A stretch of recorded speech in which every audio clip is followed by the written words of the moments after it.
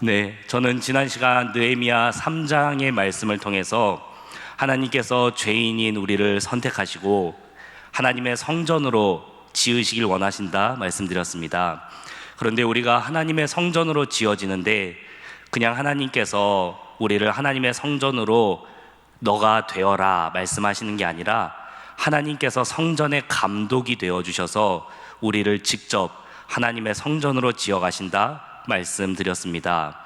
우리가 누구입니까? 우리는 죄인인데 하나님께서 이 죄인을 하나님의 성전으로 지으시겠다라고 말씀하시는 것이죠. 유다 백성들은 어떤 사람들이었습니까? 그들은 부역자 같은 사람들이었습니다. 그들의 입술은 이방인들과 내통하는 입술이었습니다. 그런데 그 입술로 유대인들은 어떻게 고백했나요? 우리가 함께 선한 일을 하자라고도 고백했습니다. 이방인과 내통하는 그 입술로 하나님 앞에서 뻔뻔하게 우리가 선한 일을 하자라고 외쳤던 사람들이 유대인들이었습니다. 그런데 하나님께서 그 사람들의 고백을 받으셨어요.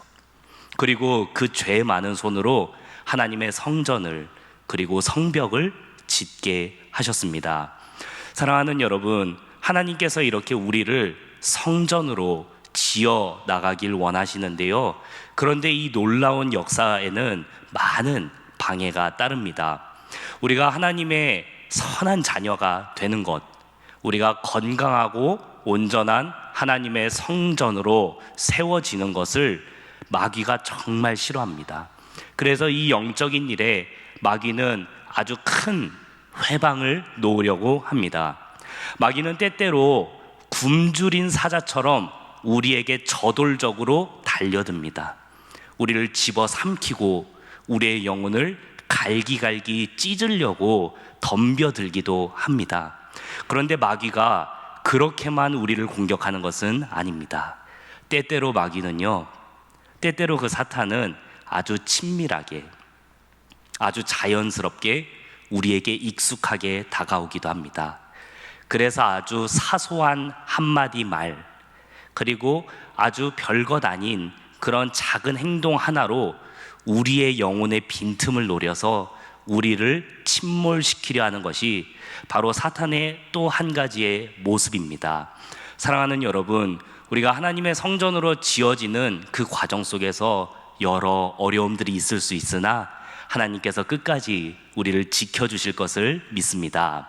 이 유다 백성들이 하나님의 성벽을 건축할 때에도요, 정말 많은 방해가 있었어요.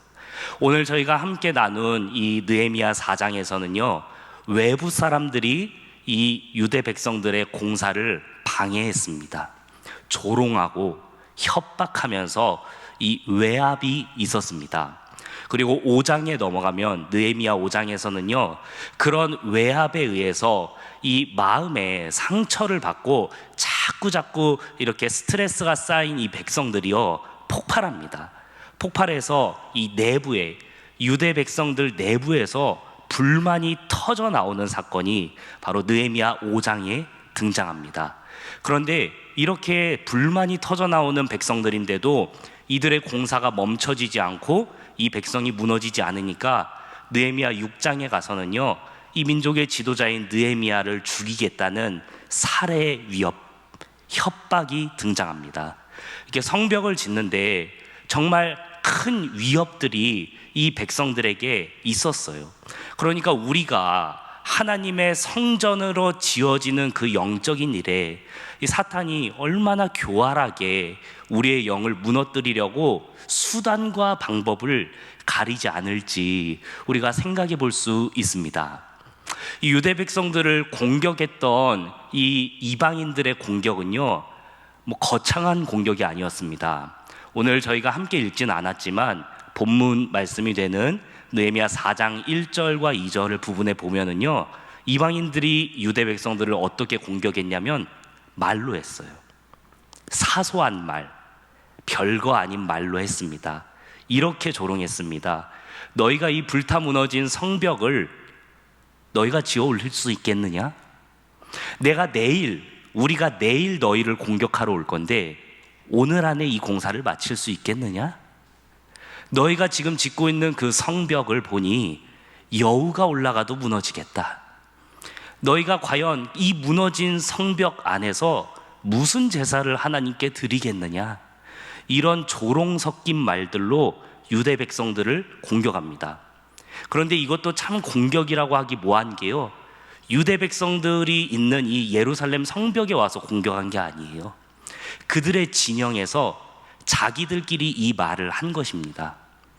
그런데 이것이 바로 사탄의 공격이 되는 거예요.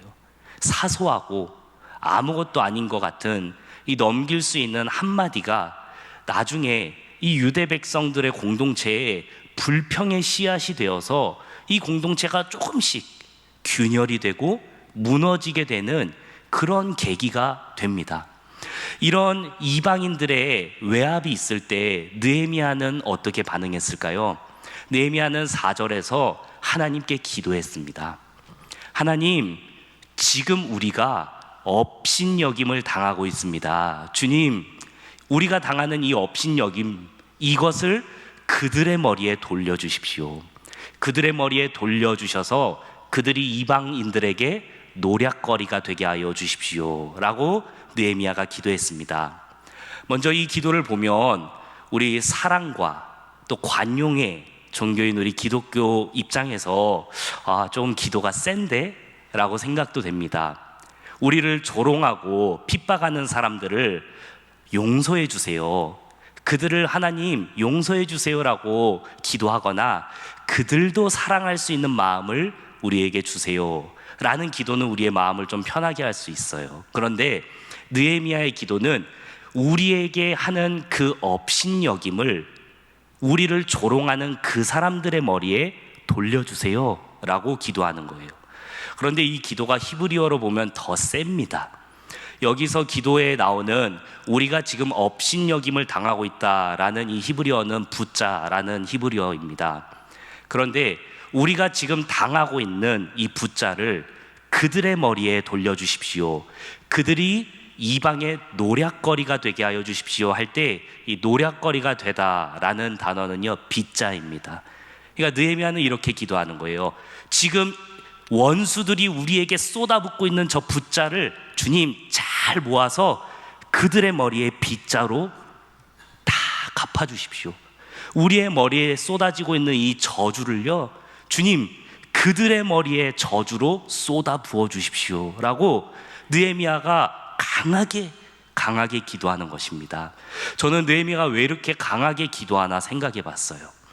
그리고 이어서 나오는 이 유대 백성들의 모습을 보면서 우리 영혼을 무너뜨리고 우리 공동체를 무너뜨리려는 사탄의 계략은요, 굶주린 사자처럼 우리를 강하게 위협하는 것도 큰 위협이지만 이런 사소한 말, 사소한 표현 하나가 정말 우리의 영혼을 침몰시키고 우리 공동체를 무너뜨리는구나. 그래서 느헤미야는 이 사소한 말 하나를 그냥 넘기지 않고요, 우리 공동체를 위협하는 큰 위협으로 생각하며 강하게 대적하며 기도했어요. 사랑하는 여러분, 우리도 이런 기도를 하고 이런 자세를 취하길 소망합니다. 우리에게 있는 사탄이 우리의 마음에 심어주는 그 마음들, 교만들, 시기, 게으름, 질투, 그리고 음란함과 모든 정욕들, 그 마음들을 우리가 받아들일 때 사소하고 일반적이고 익숙한 것으로 그냥 치부하는 것이 아니라 주님, 내 안에 있는 그 나쁜 마음들 싹 모아서 사탄의 머리에 그대로 갚아주십시오 라고 기도하면서 우리의 마음에는 하나님께서 주시는 사랑과 온유함만 가득한 하나님의 자녀가 다 되기를 간절히 소망합니다. 이렇게 느헤미야가 하나님께 강하게 기도했어요. 그런데도 불구하고 유대 백성들은요, 무너지고 있어요. 이들이 조금씩 균열이 생긴다는 것을 어떻게 알 수 있냐면요, 그들의 말에서 알 수 있습니다. 그들이 뭐라고 말하기 시작하냐면요, 이전에는 똑같이 고되게 노동을 했었는데 불평하지 않았어요. 그런데 이런 원수의 조그마한 말 한마디가 나온 뒤에 이들의 반응이 어떻게 바뀌냐면 이런 말을 하기 시작합니다. 일을 해도 끝이 없네. 아무리 일을 해도 힘은 다 빠져가는데 일을 해도 끝이 없네. 이런 말을 하고요. 그 다음에는 이방인들이 지금 우리를 공격하러 온다고 합니다. 그러니까 우리가 지금 이 성벽을 쌓을 때가 아니에요. 이들의 마음에는 어떤 의도가 숨겨져 있을까요? 차라리 우리가 성벽을 쌓지 말고 성벽을 쌓아서 이 주변에 있는 이방인들에게 눈의 가시가 되지 말고요. 차라리 성벽을 쌓지 말고 그들과 친하게 지냅시다. 그렇게 하는 것이 오히려 우리에게 더 안전한 길이 아니겠습니까? 이렇게 마음을 가지고 이렇게 불안한 불평을 하는 사람들이 생겨났어요. 근데 이런 마음들이 처음 생기는 것이 아닙니다. 이미 있었어요. 왜냐하면 그 다음에 있었던 일을 보니까요, 이 유다 백성들 중에서 원수들과 가까이 사는 사람들이 성벽 쌓는 사람들을 찾아와서 말렸어요. 너희 그만 성벽 쌓아. 그리고 우리와 좀 가까이 지내자. 그러니까 우리랑 뜻을 같이 해서 원수들과 좀 더 친하게 지내고 가까이 지내자라고 동족이 찾아와서 만류를 했습니다. 한 번도 두 번도 아니고 10번이나 찾아와서 만류했어요. 그러니까 얼마나 마음이 힘들었겠습니까? 이방인들의 외압도 너무 스트레스 받는데 심지어 동족이 찾아와가지고 나를 말리는 거예요. 그 중에서는 우리 사촌도 있을 수 있고 나의 지인도 있을 수 있잖아요. 그런데 그가 자꾸 찾아와서 말리는 거예요. 적당히 해. 뭐 얼마나 하나님께 영광을 돌리겠다고 그렇게 힘들게 살아.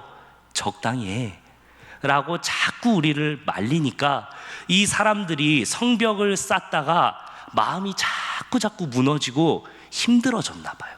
그래서 이 사람들 중에 얼마가 성벽 쌓는 거를 중단하고 떠난 것 같습니다. 왜냐하면 이어서 나오는 말씀에 보니까요, 하나님이 그들을 다시 회복시켜서 돌아오게 되었다라는 말씀이 있어요. 그러니까 성을 떠나서 나갔으니까 다시 성으로 돌아왔다라는 말씀이 있겠죠. 그러니까 이 사람들이 성을 떠나서 나간 것 같아요. 이 성벽 짓는 것을 중단하고 나간 것 같습니다. 그런데 그 수가 적지는 않았던 것 같아요. 우리가 다 성 안으로 들어왔다라고 하니까 정말 많은 사람들이 이 성벽 짓는 걸 중단하고 어쩌면은 자의가 아니라 타의에 의해서라도 사람이 너무 없어지니까 이 공사가 제대로 안 되었을 수도 있습니다. 정말 너무 답답한 상황이죠. 하나님의 성벽이 잘 건축되었으면 좋겠는데 느헤미야도 답답할 수 있고 남은 사람들도 정말 답답할 수 있어요. 여러분, 이렇게 하나님의 성전으로 우리가 지어져 갈 때에도 이런 상황들을 경험합니다. 내가 하나님의 성전으로 하나님께서 나를 부르신 그 순간에 짠 하고 지어지는 게 아니잖아요. 벽돌 하나씩 쌓아가는 것처럼 우리의 인생이 조금씩 온유해지고 조금씩 하나님을 닮아가잖아요. 그런데 언제는 우리의 성전이라는 이 모습이 수많은 벽돌이 한꺼번에 쌓여지는 것처럼 막 성장할 때가 있는 것 같아요. 그런데 또 언제는 어떻습니까? 멈춰 있는 것 같아요. 멈춰 있는 것 정도가 아니라 무너진 것 같아요. 내가 하나님의 성전으로 지어지고 있는 건 맞나? 이런 생각이 들면서 내 신앙에 회의가 들 때가 있습니다. 유다 백성들도 지금 그런 상황이죠. 너무 힘들고 답답한 상황이에요. 어떻게 해야 할지 모르겠는 거죠. 이런 답답한 상황에서 하나님께서 어떻게 이 백성을 구원하시고 회복시키실까요? 하나님께서 이 원수들의 꾀를 패하셨다라고 말씀에 기록하고 있습니다. 이 원수들의 꾀는 무엇입니까? 이 유다 백성들의 영혼에 작은 스크래치를 내는 거예요. 이 작은 구멍에 균열을 자꾸 만들어서 영혼을 무너뜨리고 공동체를 무너뜨리는 거죠. 그런데 하나님께서 이 꾀를 한순간에 문을 닫는 것처럼 패해버리셨다라고 말씀에 기록하고 있습니다. 여러분, 이 원수의 계략을 하나님께서 어떻게 무너뜨리시고 한 번에 패하시고 심지어 그것을 통해서 이 유다 백성들이 성벽 밖을 빠져나갔다가 다시 돌아오게 되는 계기가 되었을까요? 하나님께서 이 백성들을 어떻게 회복하셨는지 말씀을 보니까 이 이방인들이 유대인들을 공격하기 위해서 다 함께 모여서 꾀를 내었다라고 본문에 기록이 되어 있습니다. 그러니까 함께 모여가지고 이 유다 백성들을 어떻게 무너뜨릴까라고 매일같이 꾀를 내고 공격하는 거예요. 유다 백성들을 무너뜨리려고 모이는 거죠. 바로 이때 다 함께라는 표현이 히브리어로 카샤르라는 단어를 사용합니다. 모이다, 함께하다, 이런 뜻입니다. 그러니까 원수들은요, 우리를 무너뜨리려고 함께 연합하는 거예요. 마치 예수님을 죽이던 그날 밤에 서로 원수였던 사람들이 한 마음이 되어서 예수님을 잡아 죽이자라고 한 목소리를 내었던 것처럼 원수들이 우리를 무너뜨리려고 하나가 되는 거예요. 그런데 그렇게 하나가 되어서 우리를 무너뜨리려고 하는데, 이 우리를 무너뜨리려고 하는 계략이 하나님께서 한순간에 패해버리시는 거죠. 어떻게 패하십니까? 바로 6절에 나와 있는 것처럼 하나님께서 이 성이 잘 지어지게 하시는 것을 통해서 이 원수들의 꾀를 한순간에 패해버리시는 거예요. 6절에 보니까 이 성이 잘 지어져서 서로 연결되었다라는 표현이 사용됩니다. 그리고 몇 절 뒤에 나아서는 그 무너졌던 곳이 잘 중수가 되어서 그 허물어졌던 곳이 잘 메꿔졌다라는 표현이 등장합니다. 여기서 서로 연결되다라는 단어가 아까 전에 원수들이 우리를 무너뜨리려고 모였을 때 사용된 그 카샤르라는 단어를 똑같이 사용합니다. 그러니까 얼마나 원수들 입장에서는 이게 속이 정말 터지는 일 아니겠습니까? 우리를 무너뜨리려고 그들은 모여가지고 꾀를 내는데, 우리를 무너뜨리려고 모여서 함께 할 때마다 오히려 하나님의 자녀들은 더 서로 연결되고 오히려 더 완성되어 가는 거예요. 하나님께서 그것을 통해서 이 유다 백성들에게 하나님의 역사하심을 보여주시고 내가 너희와 함께한다라는 것을 보여주시는 것입니다. 사랑하는 여러분, 우리에게도 이런 신앙의 간증이 있기를 소망합니다. 사탄이 우리를 계속해서 무너뜨리려고 해요.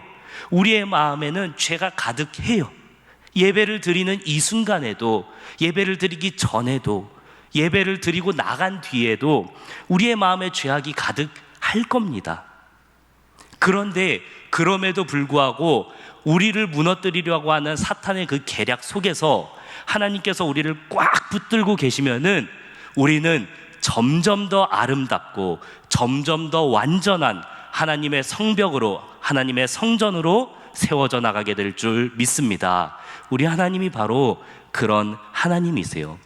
이렇게 유다 백성들을 지키시고 이방인들의 공격에도 불구하고 이 성벽이 점점 완성이 되는 거예요. 점점 완전한 모습을 갖춰가는 거예요. 그것을 보고 유다 백성들이 돌아오는 거죠. 떠나갔던 사람들도 다시 돌아오는 거예요. 아무리 이방인들이 공격해도 이 성벽이 계속해서 지어지고 있네? 하나님이 우리와 함께 하시는구나. 이것을 본 많은 사람들이 다시 돌아와서 그 성벽을 아름답게 완성시키죠. 그때 다시 돌아온 이 백성들, 어떤 모습으로 변하게 될까요? 이 사람들은 지극히 작은 말에도 마음이 다 무너지고 떠났던 사람들이죠. 너희가 쌓은 그 성벽에는 여우가 올라가도 무너지겠다, 이런 유치한 말에도 마음이 다 무너진 사람들인데요, 이 사람들이 돌아왔을 때 어떤 자세를 보이냐면요, 그들이 이제는 잠을 자더라도 집에 가서 안 자는 사람들이 되었어요. 이제 공사하는 그 성벽 안에서 자는 사람들이 되었습니다. 이제는 물을 마시려고 이제 쉬러 가는 그 순간에도 무장을 풀지 않고 병기를 놓지 않는 그런 강한 사람들이 되었습니다. 그들이 이렇게 변하게 된 데에는요, 느헤미야의 묘수가 하나 있었습니다. 이 사람들이 다시 돌아왔을 때 느헤미야는 한 가지 행동을 했습니다. 바로 자기 옆에 나팔 부는 사람 한 명을 세웠습니다. 지금 이 말씀을 우리가 대략적으로 읽어도 일손이 부족하다는 거 아실 수 있죠.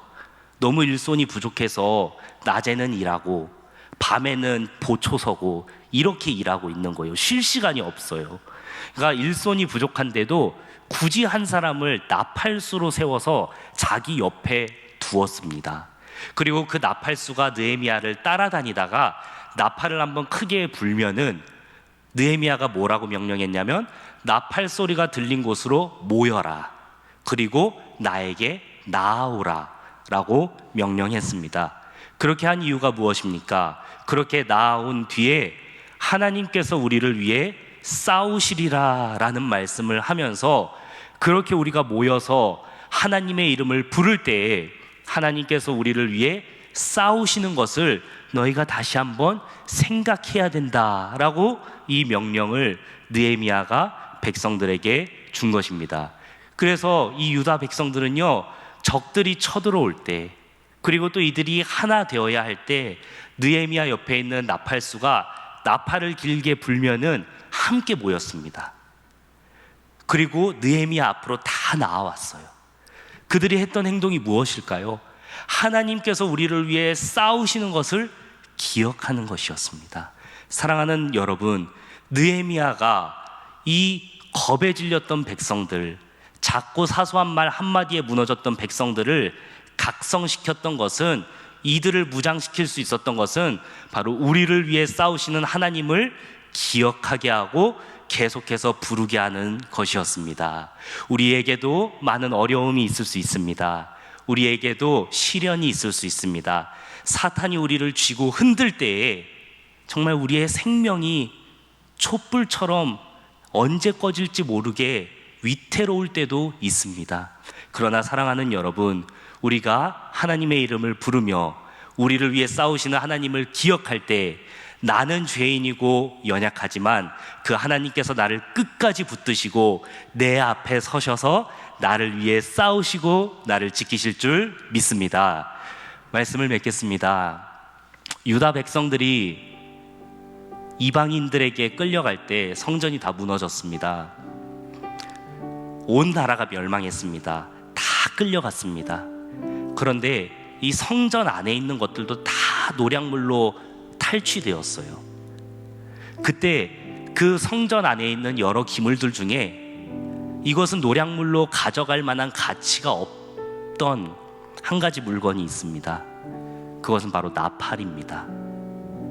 짐승의 뿔로 만든 그 나팔은요, 그다지 가치가 귀하지 않았습니다.